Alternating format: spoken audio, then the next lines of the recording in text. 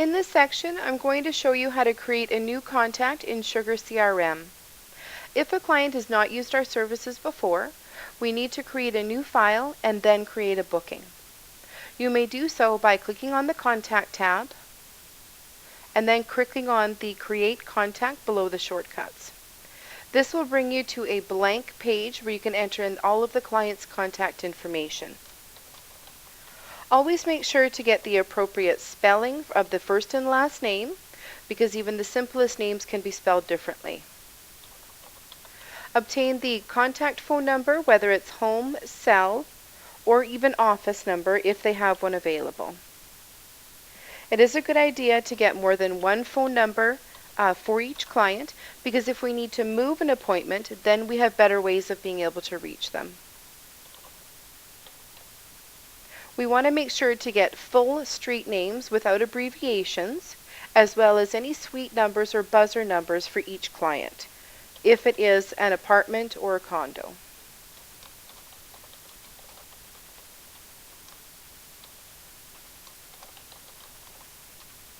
Each city, province, and state needs to be spelled out completely, as well as the country. The reason why it's so important is because when the technician is processing the invoice, if an address is missing or incorrect, the technician may not be able to process the invoice.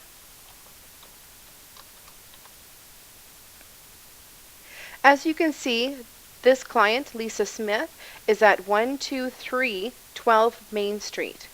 That's an indication that it's either a condo or an apartment.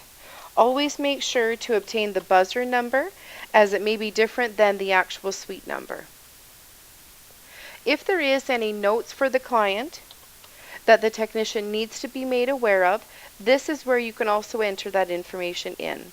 For example, if there's information on parking or free parking, as well if the client has disabilities or possibly an animal or a pet in the home, this is where you can enter in that information, and the technicians will be able to view this information in their tech site. Always try and get the email address of the client, because this is how we send out the invoices once the service is complete.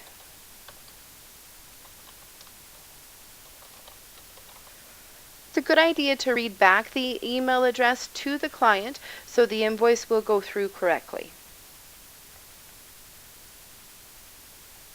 If there is any duplicates in the system that you notice, what you can do is save your original booking and then do an actual search for the client to make sure that if they've used our services before, then we can pull up the correct address for the client. Someone else in the home may have completed the booking, or it may have been done several years ago, and we may need to contact them to confirm their information. As you can see on this first contact, they're located in Surrey, whereas the one that we just created was located in Calgary. That concludes how to create an actual contact.